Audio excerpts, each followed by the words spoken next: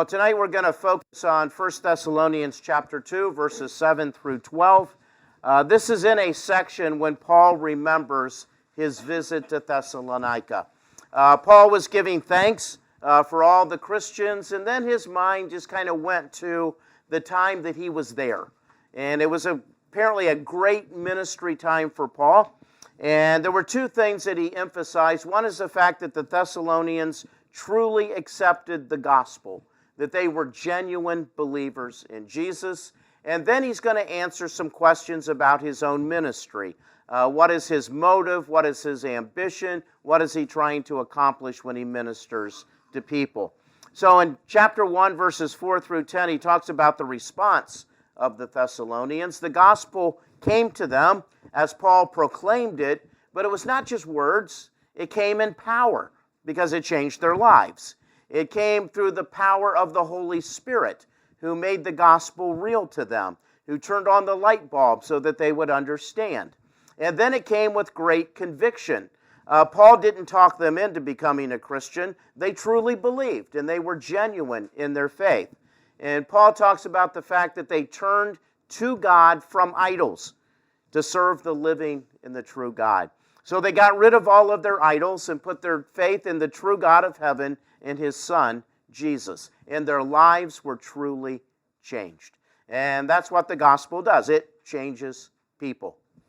Well, Paul left town rather suddenly. Basically, the Jewish people who did not like his message decided to hire some people to cause a riot, which the Romans hated riots. That was one thing they couldn't stand. And the idea was for these Jewish people to accuse Paul of some capital crimes and hopefully get him executed. That was the plan. Well, the riot happened, and they couldn't find Paul. Apparently, Paul was somewhere else. But they did find the man who was housing Paul. His name was Jason. And they forced Jason to post bond, meaning he made a promise that Paul would no longer be an issue. That Paul would no longer minister there in Thessalonica, that this riot and all this tension that Paul caused would go away. So Paul that night is ushered out of Thessalonica, and basically he can never go back. So some of Paul's critics were saying, hey, Paul came into town and, he gave you this fancy message and he deceived you, he took your money, then he left with your money, and you haven't heard from him since. So Paul was a phony, a fraud, is basically what they were saying. And so Paul writes this next section talking about his preaching at Thessalonica to answer his critics, that is not true. And it's interesting that Paul kind of forms this part of his letter as a defense trial. It's like Paul's on trial, and he's defending himself. So who does he call to the witness stand? Well, he calls the Thessalonian Christians to the witness stand because Paul was there and they saw his ministry, they experienced his ministry, and they could testify on his behalf. And then Paul occasionally would even call God to the witness stand. And Paul would say, God can testify on my behalf that these accusations are false. And so it's kind of an interesting section as Paul decides to defend himself. And it begins with the minister's ambition. What is Paul trying to accomplish? What is his goal? And in this section, Paul mainly states what his ministry is not about. It's not a failure. It's not filled with a bunch of errors. It's not impure motives. He didn't use trickery. He's not out to please people. He doesn't use flattery, and it's not about greed. In fact, Paul says, my ambition is to seek God's approval, not people's approval. Paul says, God gave me this message. God commissioned me to tell this message, and my goal in life is to please the one who entrusted me with the message of Christ. So Paul is not seeking money. He's not seeking fame. He's seeking to please God who gave him the message. Well, tonight we're going to talk about the minister's approach. And in this particular section, Paul's going to go the opposite way. In verses 1 through 6, he talked about what his ministry is not about. That being true, what is his ministry about? What is the positive side of all of this. And Paul's going to say his ministry is characterized by gentleness, by love, by a desire to share the good news of Christ. Paul says, I'm hardworking. I seek to be financially independent. I practice holiness, righteousness, and blamelessness. And my approach is not to exploit people, but to encourage them, comfort them, and urge them to live a life that's pleasing to God.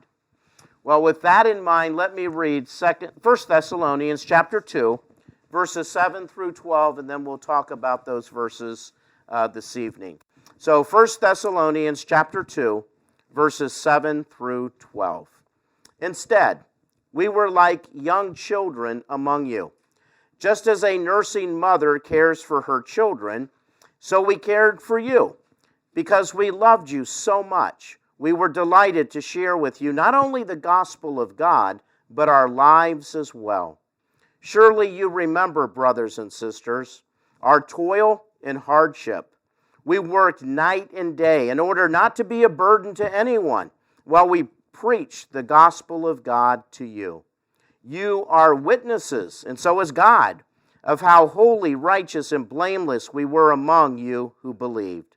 For you know that we dealt with each of you as a father deals with his own children, encouraging, comforting, and urging you to live lives worthy of God, who calls you into his kingdom and glory.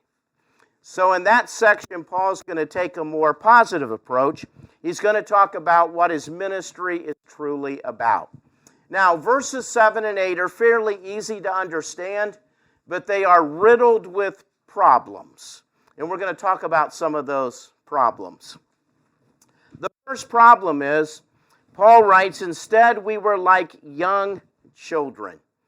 Now, if you have a more modern translation, your translation may say young children or infants. If you have the King James translation, it will read, we were gentle among you. And if we were to look at the hundreds of Greek manuscripts from 1 Thessalonians that exist, some of them will say infants, and some of them will say gentle. Tonight I'm going to talk a little bit about what it means to be a translator. So when scholars find all these manuscripts, and some of them say one thing, and some of the other ones say something else, they raise the question, which one did Paul write? Did Paul write that we missionaries are like infants among you? Or did Paul write that we missionaries were gentle among you? And it's rather complicated, and here's why. I did the phonetic for the Greek word. Epioi is the Greek word for gentle. Nepioi is the Greek word for infants. And as you look at these two words, there's only one letter difference between them. In English, it's the letter N. In Greek, it's the letter nu. Now, what's also interesting is the word right before these words also ends in nu. So in other words, there's back-to-back ends or back-to-back news in the text. What's also interesting is many of the Greeks, when they wrote, did not leave a space in between the words. They ran them all together, which made it difficult for translators and for understanding. Now, you have my notes tonight, and I can tell you that I ran those through the copy machine, and the copy machine did not miss a single letter or a single word. So, if you were to compare my notes with each other, all of you have the exact same notes. If it was possible, humanly possible, for me to have to copy those notes 40 times over, there's not enough hours in the day, by the way. But if I were to do that, chances are I would make some mistakes. I would leave out some letters, I would misspell some words, I would do all kinds of things. And it's interesting that there's 1,480 words in 1 Thessalonians. Well, scribes, those who copied back in the first century, they did their very best. But they were people. And occasionally they made mistakes. So did the scribe see two ends and do it this way? Or did he see one end and simply choose this word? So we don't know. Further complicating this is, if Paul wrote gentle, it makes perfect sense. If Paul wrote infants, that makes sense too. So scholars are divided about which of these words Paul actually wrote. It's almost like flipping a coin. Now, in the 1980 edition of the NIV, they went with gentle. In the more modern edition of the NIV, they went with infants. So the scholars themselves changed their minds. Now, how difficult is it to be a translator? I'm going to give you a sentence in English, but I'm going to run the words together. And you're going to have to figure out what the sentence says. You ready for this? Okay, there's the sentence. It's right here. What does this sentence say? Okay, I'm going to have to do that one at a time because I heard both answers, I think. Who thinks they know? Raise your hand. Okay? Vanessa? God is nowhere. How many also think it says God is nowhere? Okay, how many of you think it might say something different? Okay. Yeah, God is now here. So if you were a translator, wow, you would go, it could mean God is now here, or it could mean that God is nowhere. Now, if you knew that the author was a Christian and was talking about the birth of Jesus, you'd probably say, he's saying God is now here. That would make perfect sense. If you knew the author was an atheist who was making a case that there is no God, you'd probably say that's what he wrote. Well, that's what happens sometimes in translation work. It's not always easy to do. And so when we deal with some of these things in the Bible text and you have different translations and you go, why does my translation say this and somebody else's translation say something different? Well, that could be one of the reasons. Well, let's look at that in terms of what Paul says. He begins with the word instead. So Paul is saying, I didn't trick people. I'm not after people's money. I'm not trying to manipulate anything. I don't have impure motives. My goal is to do the right thing. So instead of all those negative things, instead, we were like, and let's begin with gentle. Maybe Paul wrote gentle. That's one of the two possibilities. So Paul was saying, we were gentle among you, just as a nursing mother cares for her children. So when you think about a nursing mother, they have to be gentle with their child. You don't want to drop the baby. You have to be careful when dealing with a baby. You have to be gentle. In fact, any mom or dad dealing with a baby would need to be gentle. So Paul is saying, just as a nursing mother is gentle with her baby, we were gentle among you. So in other words, Paul says, when we came and first preached the gospel to you, we did not beat you over the head with the Bible. That was not our approach. We were gentle among you. We tried to explain the message of Christianity. We answered your questions. We took time with you. We were patient and gentle with you. So that makes perfect sense. Now, it could also mean that Paul was saying we're like young children or infants, which, if that is true, Paul does something rather interesting. He mixes his metaphors. Because that would mean in the first sentence, Paul is saying we are the baby, we are the infant. But in the second sentence, Paul would say we're the nursing mother. And the reader might say, well, which one are you? Are you the baby? Are you the nursing mother? How can you be both?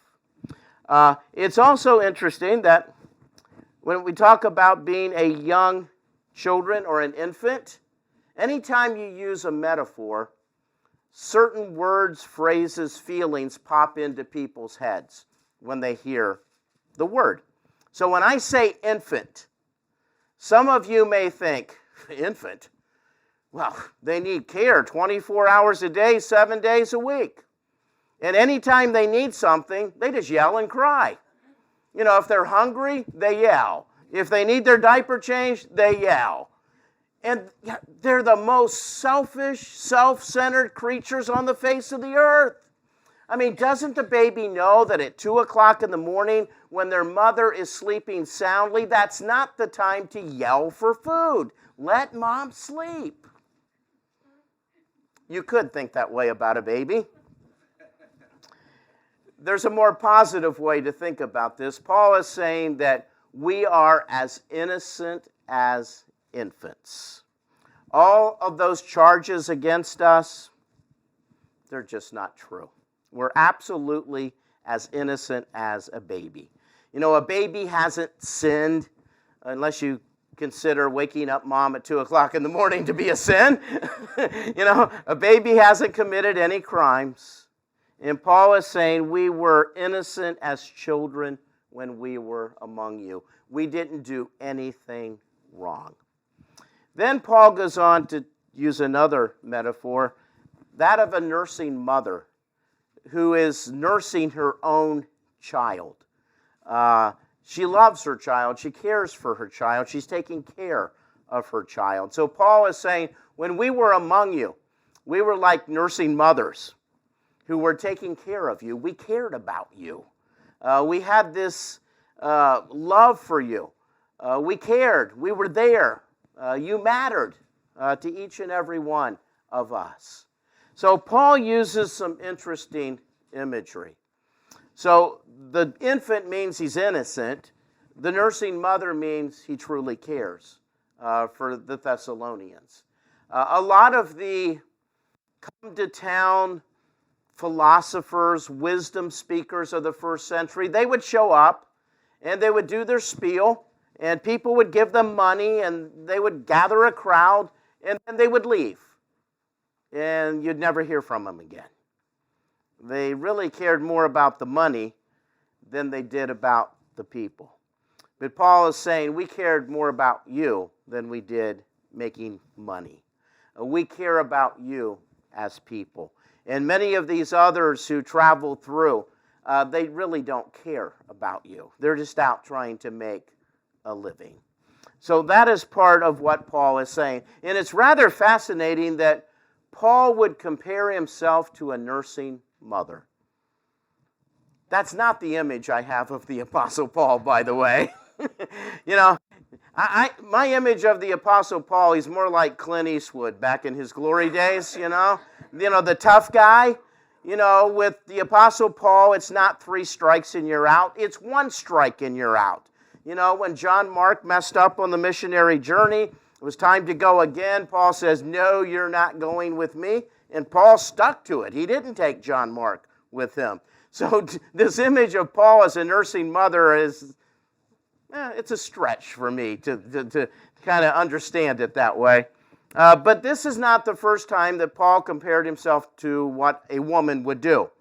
And talking to the Galatians in chapter 4, verse 19, my dear children, for whom I am again in the pains of childbirth until Christ is formed in you.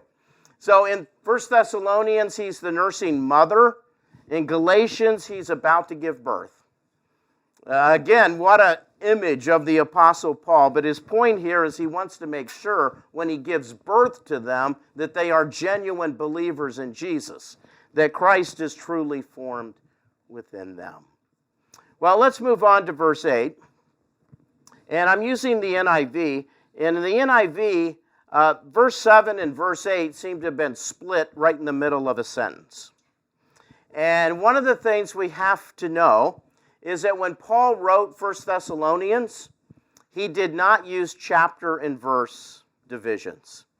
Those are not original with Paul. Paul just simply wrote. The chapter and verse divisions came later, were added by a translator who tried to put it together the best he could. And for the most part, whoever did this did a really good job, but in some verses they just simply got it wrong. And this is one of the verses where they could have done it better. It would have been much better if verse 8 would have started with the word because you basically split the verse right in the middle of a sentence. So apparently the translator understood this a little bit differently than what we do. So just to keep in mind, chapter and verse, not inspired by God, not even written by Paul, but extremely helpful. Now, can you imagine trying to refer to something in 1 Thessalonians if you didn't have a chapter and a verse? You know, if I refer to this where Paul said, I'm just delighted to share the gospel with you. In 1 Thessalonians chapter 2, verse 8, everybody could find it and everybody would know what I was talking about. But without chapter and verse, I'd go, it's somewhere in Paul's letter to 1 Thessalonians. It's in the first part of the book. It's in there somewhere. It would be difficult to refer to anything. But chapter and verse makes it very easy for us to understand, but at the same time realize that sometimes, they were guessing as to when they made a new verse. So, the main verb in verse 8 is that we were delighted to share with you. That's the main idea. But in front of that are two sentences. We cared for you. We loved you so much. And most translators have we cared for you, referring back to what Paul writes in verse 7. Just as a nursing mother cares for her baby, we cared about you. And then, because we loved you so much, we were delighted to share with you not only the gospel of God, but our own lives as well. So Paul is saying, we loved you. We cared about you. That makes us different from all the charlatans. That makes us different from the typical traveling person trying to make money. Because they care more about themselves and their income than they do about the people. But not us. We care more about you than we do about money. And in many ways, that's Paul's point in some of these verses. We care about you. So we shared with you not only the gospel of God. We were commissioned to do that. God told us to do that, share the good news of Jesus. But we went beyond that. We shared our personal lives with you as well. We shared our heart with you. We shared meals with you. We were there with you. We prayed with you. We taught you. We shared who we are and what we're about with you. In other words, it became a personal relationship that was developed. And Paul's point is that when Christ calls people to faith in him, he creates this new community. In fact, in verse 9, Paul's going to call them brothers and sisters. God is creating a new family. So believers in Jesus are part of God's new family that he's creating. And because of that, we care for one another and love one another. So here at First Baptist Church, we always encourage people to get involved in a small group. What do you do in a small group? Well, in a small group, you study together. You study the Bible together. But you also share your life with one another. You get to know the name of the people around you. You get to hear their story. You get to hear their concerns. You get to hear what's going on in their life. Now, we don't have time to do that in a church service, but you can do that in a small group.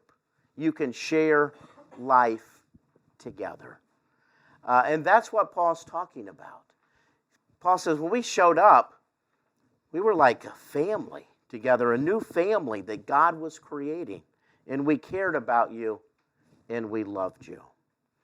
It was interesting that Cassie was able to be here 2 of the last 3 Sundays.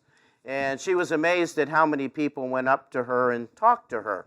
And it's like every time I shake hands with somebody on Sunday morning, they ask, how's Cassie? They don't care how I am. How's Cassie?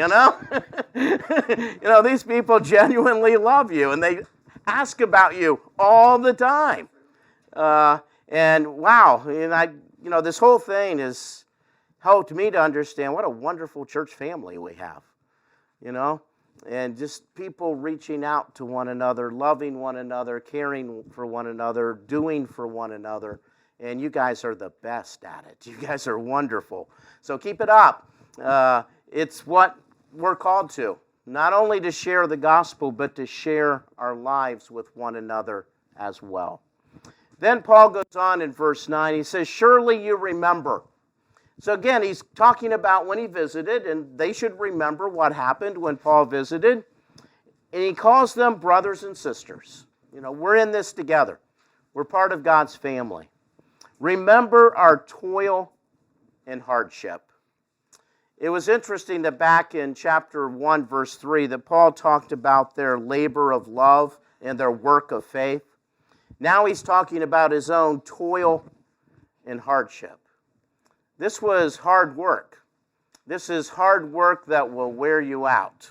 It will exhaust you, which I'm sure you can remember, you know, those days working. At the end of the day, you were just exhausted. That's what Paul is talking about, the fact that his ministry led him to the point where he was actually exhausted at times. Because Paul, in essence, in Thessalonica, was trying to do two jobs at the same time, two full-time jobs at the same time. One was to start a church. That's a full-time job, trying to start a church, to go into the synagogue first, then into the marketplace, spread the message of Christ, bring people together, answer their questions, and try to help them understand that now that they're Christians, they're part of a family together. That takes a lot of work. But at the same time, Paul was also working a trade. And Paul doesn't tell us what his trade is here, but in Acts chapter 18, we find out that Paul was a tent maker. He worked in leather goods. So Paul was saying that when we were there in Thessalonica, not only did we proclaim the message of Christ to you, we also worked our trade. Now, back in the first century, if you were a tent maker working in leather, you would work from sunup to sundown just to earn enough money to have a place to live and put food on the table. You would not get rich, but you wouldn't starve either. But it would take all day long to make that happen. And Paul is saying, wow, it's our toil and hardship because we were trying to do two jobs at the same time. In fact, Paul says we worked night and day. So you can imagine part of the time Paul's working at his trade. And being at Thessalonica was a great place for him to work his trade because there were all kinds of people coming and going with the seaport city. Also a main road that went through Thessalonica as well. So Paul had a great opportunity to sell his products, and he did. But also he was trying to do spiritual work as well. And that just sometimes got to the point where he was working night and day. So you can imagine him getting up in the morning, working his trade, and then eventually going and meeting with people trying to grow the church. It was a long process. He worked some very long days. In fact, in 2 Corinthians chapter 11, verse 27, he says this, I have labored and toiled and have often gone without sleep. Now, you can't do that forever, but he did it sometimes. That he would work so many hours that he forgot to sleep. He simply kept going. He worked night and day. Now, why in the world would he do that? He didn't want to be a burden to anyone while he preached the gospel to them. Paul didn't want to get lumped in with people who were just in it for the money. So Paul here in Thessalonica worked as a tent maker. He did the same thing in Corinth. He did the same thing in Ephesus. He supported himself as much as he could because he didn't want to ask for money. Now, in that culture, Paul had every right in the world to ask those Christians at Thessalonica to support him. You know, Paul could have said, you know, I've explained the gospel to you, and you've accepted the gospel, and I'm staying on here to teach you how to live as a Christian. But in order to do that, you've got to support me. You know, I need money. You know, I need food. And apparently he was living at the house of Jason, so he had a place to live. Don't know if Jason was charging him or not, but I'm guessing not. Paul had a place to live, but he didn't have money for other needs. Where was the money going to come from? And he could have demanded it, but he chose not to. He chose simply to not be a burden to people. Now, there's a question that often gets asked. Why didn't Paul mention the fact that he received money from the church at Philippi? So while Paul was ministering in Thessalonica, the church at Philippi sent him money at least twice. Well, at least according to Philippians 4:16, when Paul writes to the church at Philippi, "For even when I was in Thessalonica, you sent me aid," meaning money, "more than once when I was in need." Paul never mentions that in this letter to the Thessalonians. Why? Well, it could have been that whatever money they sent him was not enough, and Paul still had to go to work as a tent maker. Or it could be that Paul simply didn't want to embarrass these new Christians. Now, keep in mind, as Paul's in Thessalonica, these are brand new believers in Jesus. You know, they've been Christians for a week or a month or, maybe 2 months. So they didn't know a whole lot, and Paul didn't want to embarrass them. Paul didn't want to say, hey, since I've been here, taking care of you guys, that church in Philippi sent me money twice. How about you guys coughing up a few coins, Paul didn't want to say that. He didn't want to embarrass them in any ways. Because Paul's ambition, Paul's main objective, was to preach the gospel of God. Paul's basic philosophy was, I'm just going to proclaim Christ, I'm going to proclaim the gospel, I'm going to proclaim the message that God gave me, and God's going to figure out how he's going to take care of me. It could be that churches provide for me, could be Christians in the city where I'm living at the time take care of me, but somehow God's going to take care of me. Which is why Paul says in Philippians, I know how to have a lot, and I know how to have a little. But in all these things, Christ will strengthen me. Christ will give me what I need to make it through. Because my objective is not, to look at my bank account. My objective is to preach the gospel of God. And that's what he focused on doing.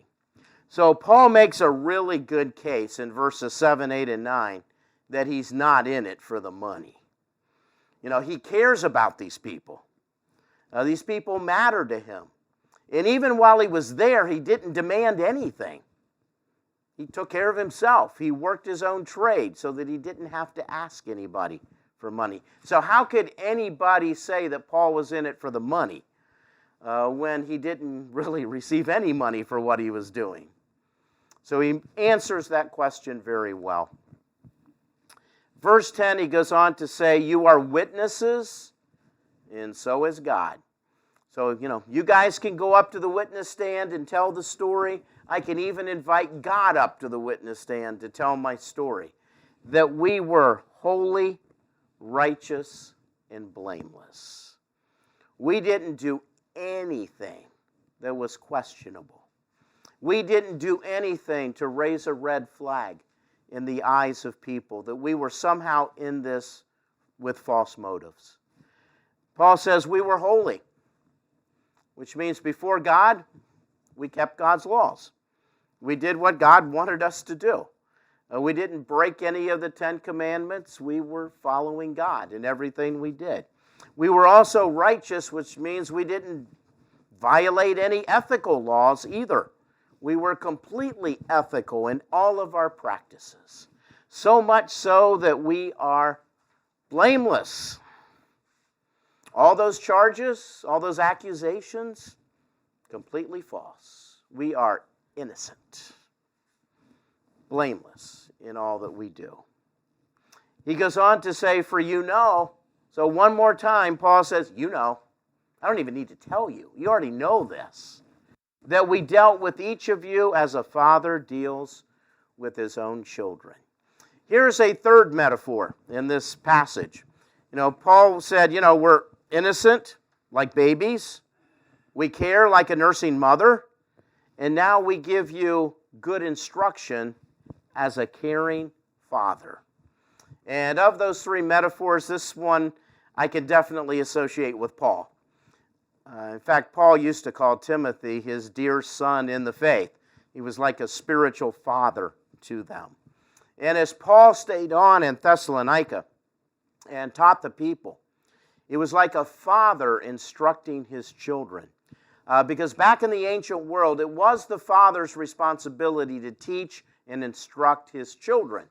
And so Paul is saying, that's what I did. When I was there, once you accepted Christ, I had to teach you how to live as a Christian, just as a father would teach his children how to live. And I'm sure all of us can remember some phrases from our earthly father in terms of what they tried to teach us, and some of those things they used to say that they hope would sink into our heads, like turn out the light when you leave the room, something like that. My children haven't gotten that one, by the way, but I have, because I go around turning off lights. So it's interesting that in the Greek there's no verb in this sentence. The NIV has supplied the verb. It's how we dealt with you, how we treated you, or how we instructed you. So for that we instructed you, each of you, as a father deals with his own children. And notice the language Paul uses, each of you. Each of you matter. Every single Thessalonian Christian matters to Paul. You guys have great value. You matter to me. That's what Paul is saying. Then he goes, it's like you're my own children, which Paul apparently didn't have any children, just a lot of spiritual children. And he says, as a father cares about his kids, I care about you, and I want to instruct you and teach you how to live as a Christian. Which was kind of interesting for many of these because they came out of idol worship. They followed the gods and goddesses. And if you've read some of those stories from Greek and Roman mythology, many of the gods and goddesses were immoral. The idea of God being holy was a foreign concept to them. And a lot of the practices that they had entertained before becoming a Christian were now taboo. And Paul had to instruct them that now you get to live this whole new lifestyle. The lifestyle you used to live is no longer the one you're supposed to live now. So somebody had to instruct them in that and teach them that, just as a father would teach his children, and Paul did that. Well, how did he teach them? Encouraging them, comforting them, and urging them. Encouraging. Everybody needs a little encouragement from time to time. And these new Christians, I'm sure they made mistakes. I'm sure they went and did some things and said some things that made Paul go, oh. He needed to encourage them that you're now living for God. You have a new lifestyle. You don't do that anymore. And they needed a little encouragement. All of us do. They also needed some comforting.